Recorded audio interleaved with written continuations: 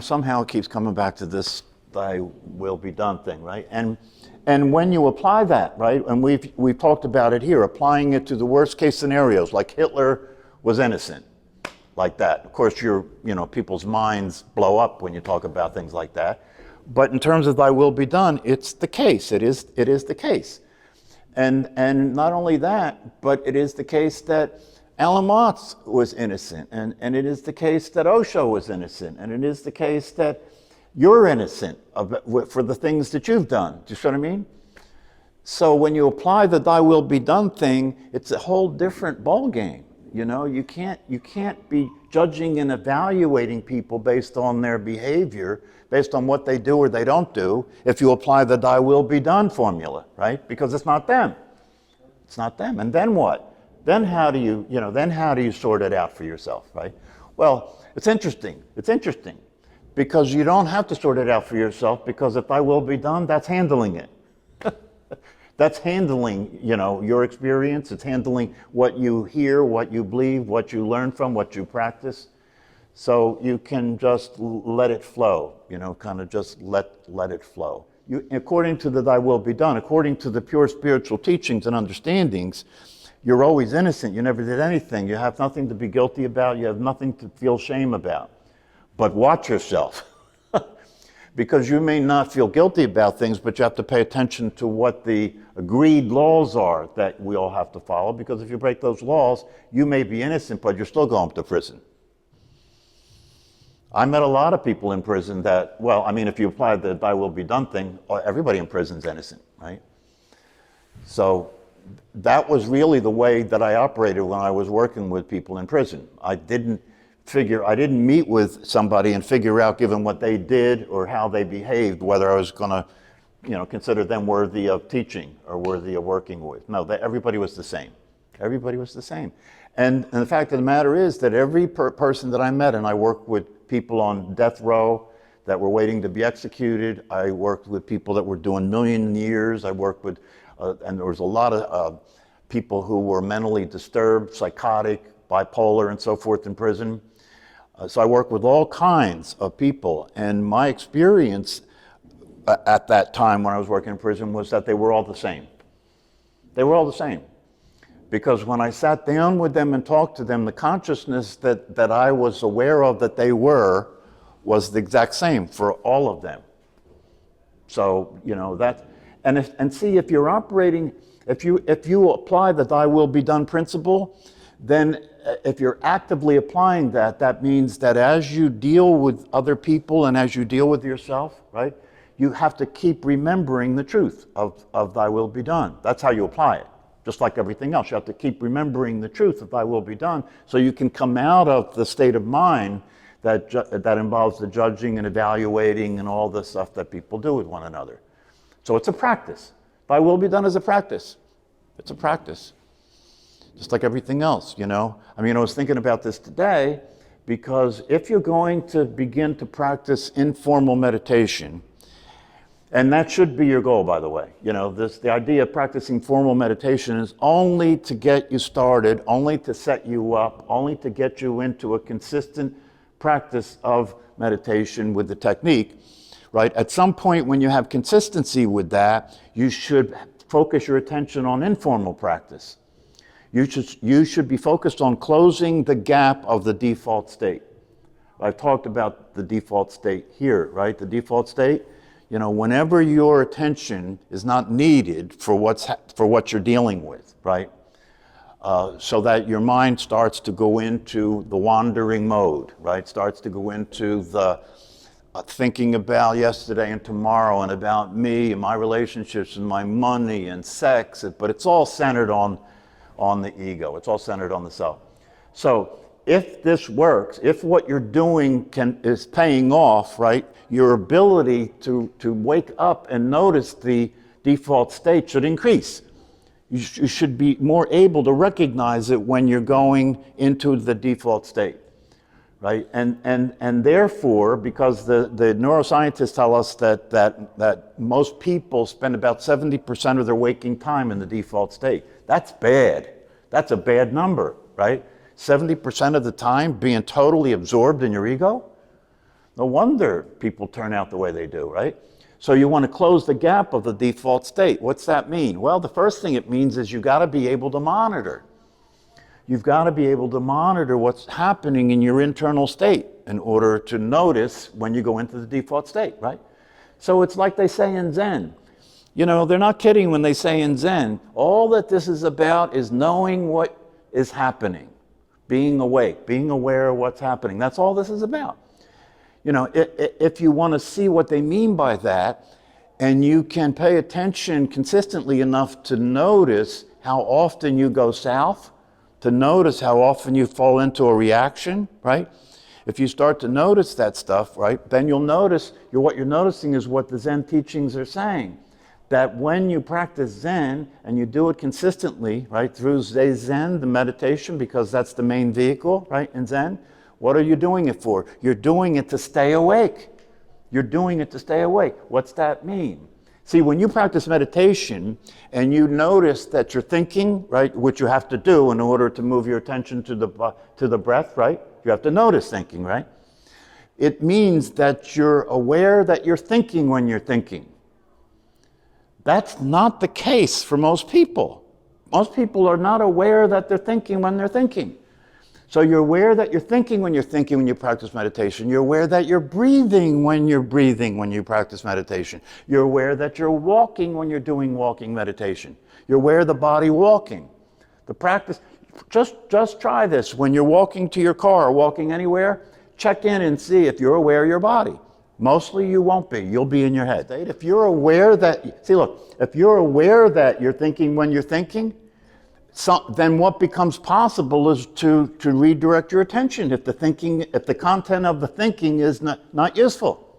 If you're aware that you're thinking when you're thinking, you can then be aware of the content of the thoughts that you're thinking, and if they're meaningless or reactive or impractical or a waste of time or creating suffering, you move your attention. You move it to what is neutral. The breath is neutral. You move it to what is neutral, or you can move your attention to anything in the environment that's either positive or neutral, right? So you're coming out of the person. You're coming out of the state of the person. You're coming out of the personality. The personality thinks. The personality is the thinking activity. That's the personality. You're practicing coming out of that, right? And so you're aware of thinking when there's thinking. You're aware of the breath when there's the breath. You're aware of the body when when there are sensations in your body. You're practicing that in meditation too, right? In the beginning, right, you take some time and become aware of your body, right? The idea is that this consistent awareness starts to carry over, right?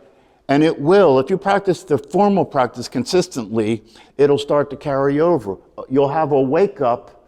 You'll be doing something somewhere and you'll have a wake up, Usually if you're in some kind of negative emotional state, like anger, it's a perfect opportunity to see what the truth is, to see how this all works. If you find that you're angry, right, and this anger is an anger that has been destructive for you in the past. We all have that, right? Where you say stupid shit, you do stupid stuff, you cause problems in your relationships, right? And that's with other people as well as with yourself, okay? So if you notice that that's the case, if you start to monitor your experience and you notice that that's the case, and in the middle of anger, all of a sudden you wake up and you see it, this is a marker. This shows that you're doing something correct, right? You wake up and you see it and you realize, you start seeing the irrational ideas and you start feeling the compelling energy of the anger that wants to make you do something, to make you say something, to make you fight, to make you run, right? You're in that thing. And not only that, but you're also aware of what's happening around you, right? And you can see, especially if it's with somebody that you love, if it's with your children or with your partner, right, like that, you can see that you are now going to behave as if this is the enemy. You're going to hurt them, right? You're going to say things to hurt them, right? You're going to do things to hurt them in terms of withdrawing yourself, going away, not talking, all that stuff, right? That's all the juvenile ways that human beings behave with one another. Well, infantile and juvenile, right? Most human beings don't get to the maturity of an adult in terms of the way they behave. So that's what this is. This part of this is like they say in Zen, wake up and then grow up. Wake up, and when you wake up, you'll realize the state of mind you've been living your life in is a child. It's a child. So the next thing you want to do is grow up. You want to start maturing. You want to start seeing things in a more realistic way, in a more enlightened way, and bring wisdom into your existence as a human being so that you don't continue to create the same unworkable patterns of behavior. That's the brain. And you want to close down this default state. But the only way you can close it down is you've got to catch it. You've got to notice when you're going into it. And when you notice you're going into it, you direct your attention away from it, right? So you're less preoccupied with thoughts about yourself and more preoccupied with thoughts about other people, right? Which is the nature of your awareness, isn't it?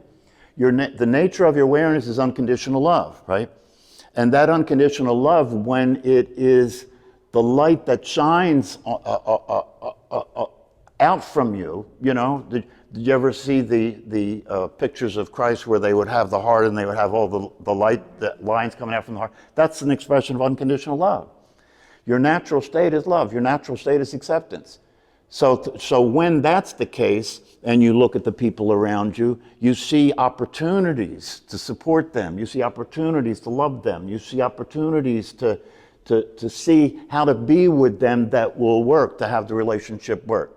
Instead of being committed to your own, you know, what you want, what you like, the way it should be for you, how they should be for you. Don't you understand the situation that exists in the world right now is nothing other than a projection of that? That's all it is.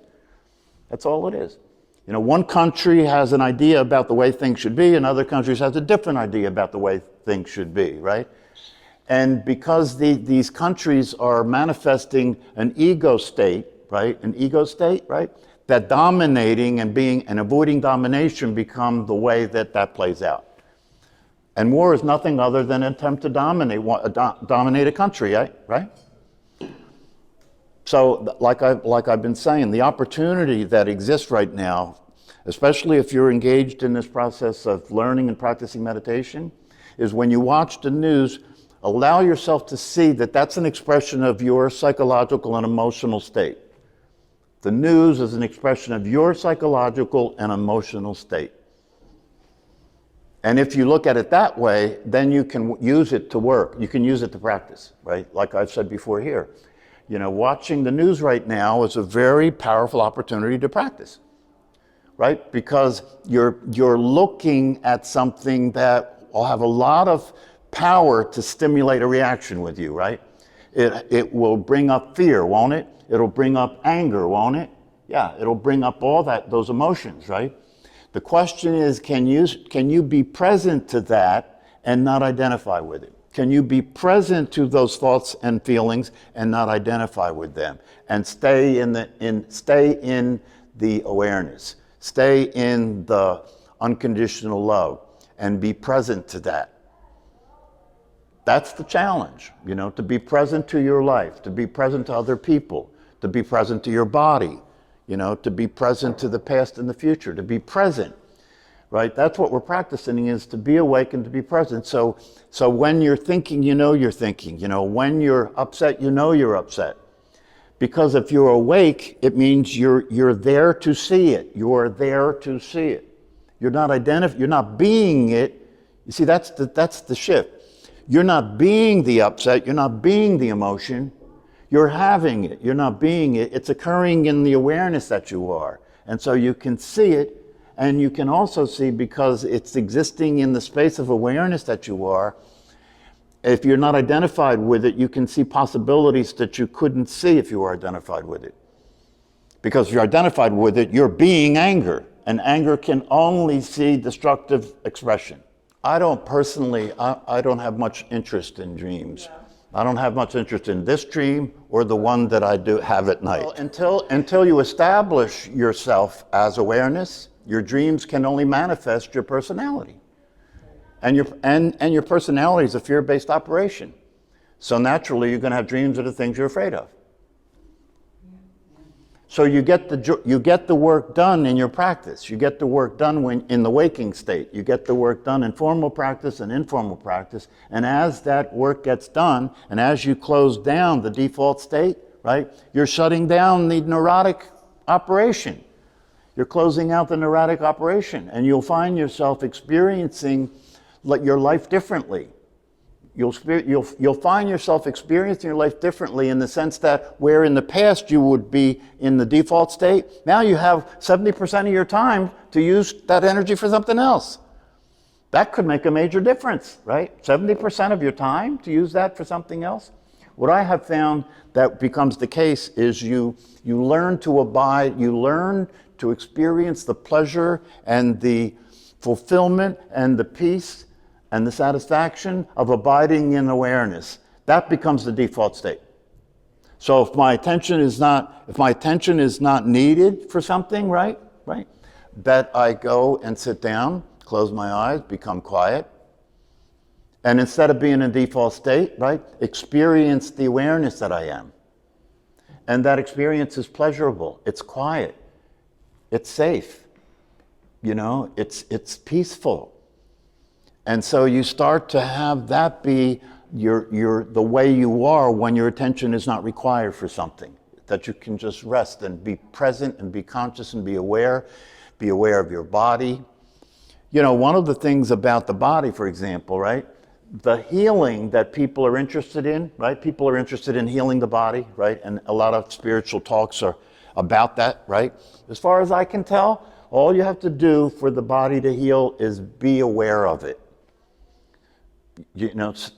See, most people's bodies are abandoned. Most people are not embodied. Most people are experiencing a mental state. They're not in their body. They're not in their body. When people talk about out-of-body experiences, right? No, that should be only after you have an in-body experience. First have an in-body experience, then you can worry about having an out-of-body experience. But my experience has been when you are aware of the body, right? When you're aware of the body can function and do what it knows how to do to heal itself. It doesn't need anything outside of itself to heal itself. The reason that doesn't happen for people is that you're interfering with the process. You're not being aware of your body, you're judging your body, right? You're judging your body, right? You're abusing your body, you're living your life up here, right? No wonder the body can't do what it knows how to do.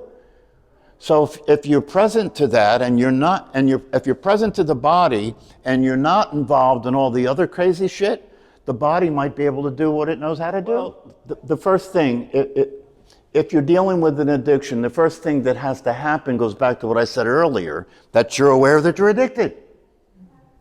One of the problems with addiction is a lot of people who are addicted, they're in denial. It's just like most of humanity is in denial about most everything. They're in denial about death, right? They're in denial about life. There's nothing else to be in denial about, right? So if you want to deal with addiction, the first thing that has to happen is you have to be aware that that condition exists. And then there are a lot of things that you can do.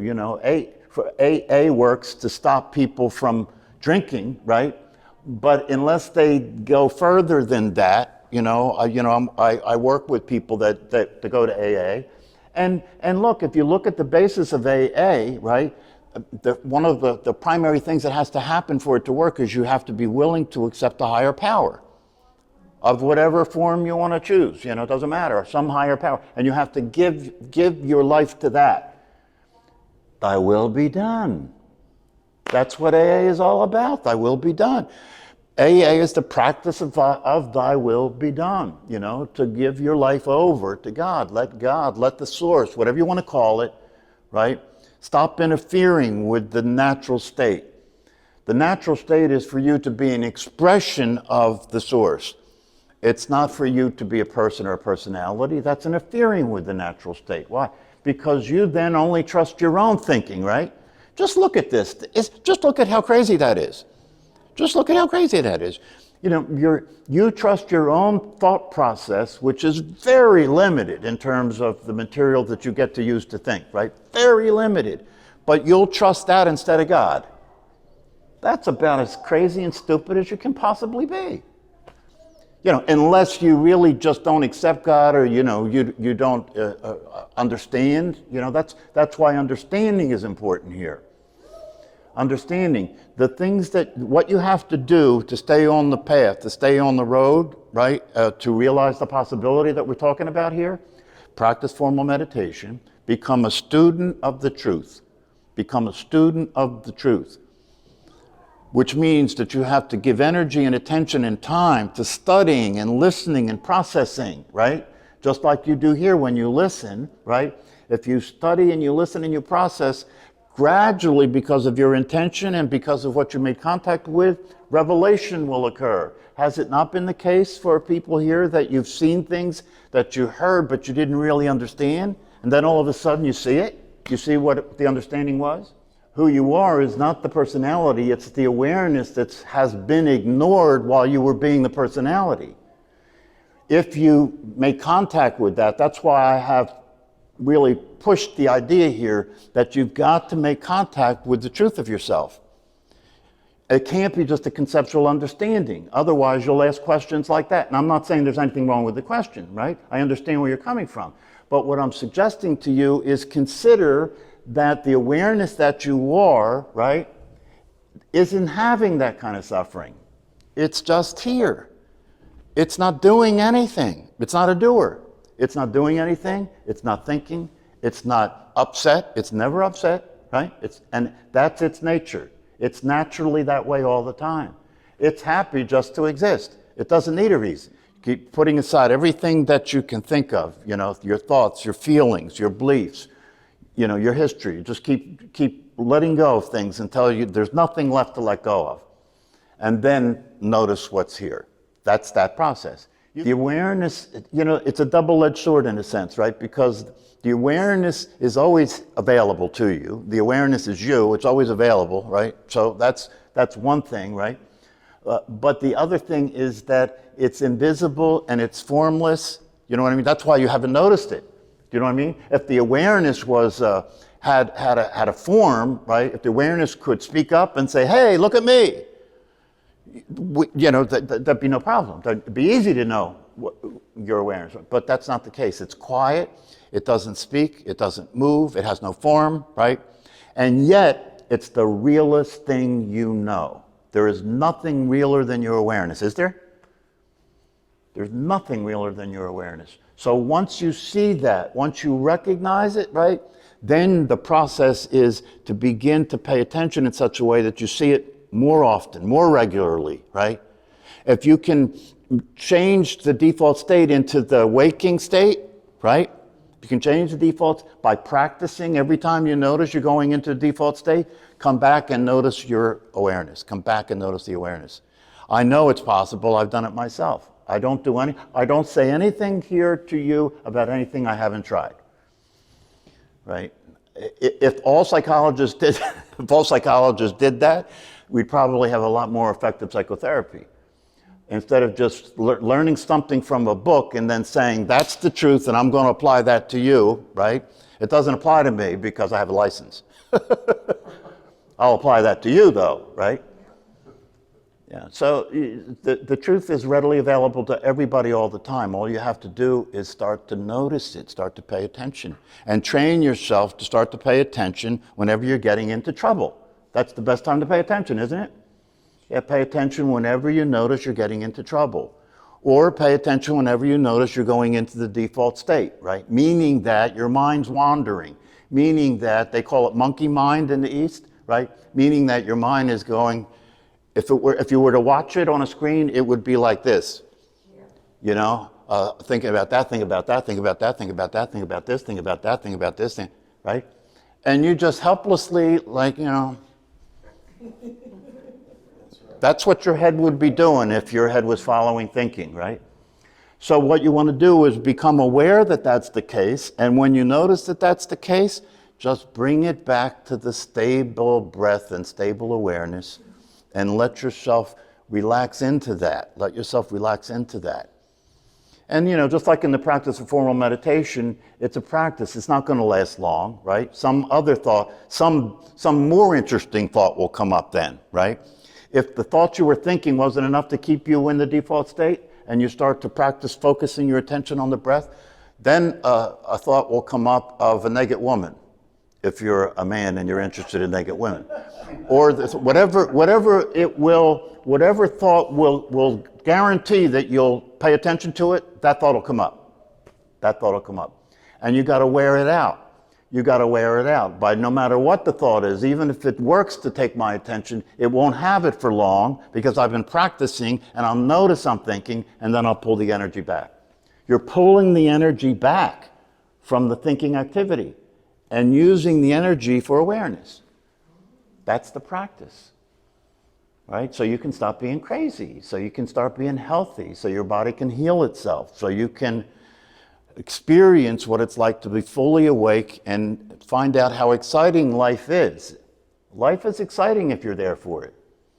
If you're not, it's depressing, right? So I hope that you're taking the things that I'm saying here and using them for your process, using them for you to continue to do the work, continue to be more effective in your practice, continue to see more subtlety in the meditation experience, right? Continue to be motivated to want to learn more, right? So that your understandings can deepen, right? You know, one of the books that I was reading recently was by Ramesh Balsekar, obviously. But one of his books was called The Final Understanding. Now that gets my attention, the final understanding, right? And in the book where he talks about the final understanding, he talks about what it's like to see things as they are. That's the final understanding. To see what you are and to see things as they are is the final understanding. And when you understand that, it's like understanding gravity. Because it is like gravity. The truth is not going to change for you. It's going to stay the truth. It's going to stay the same, just like gravity does, right? So you obey gravity because you know if you don't, it's going to be a problem, right?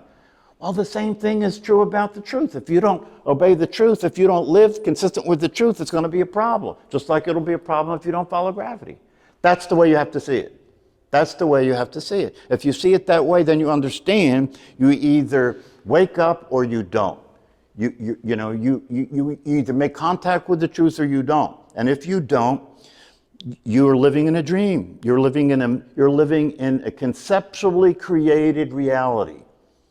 You're living in a conceptually created reality that is not the truth. It is not the truth.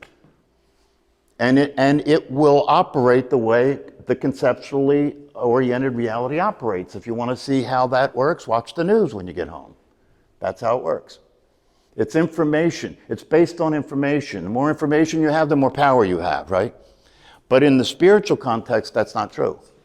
Information isn't what you value as a spiritual being.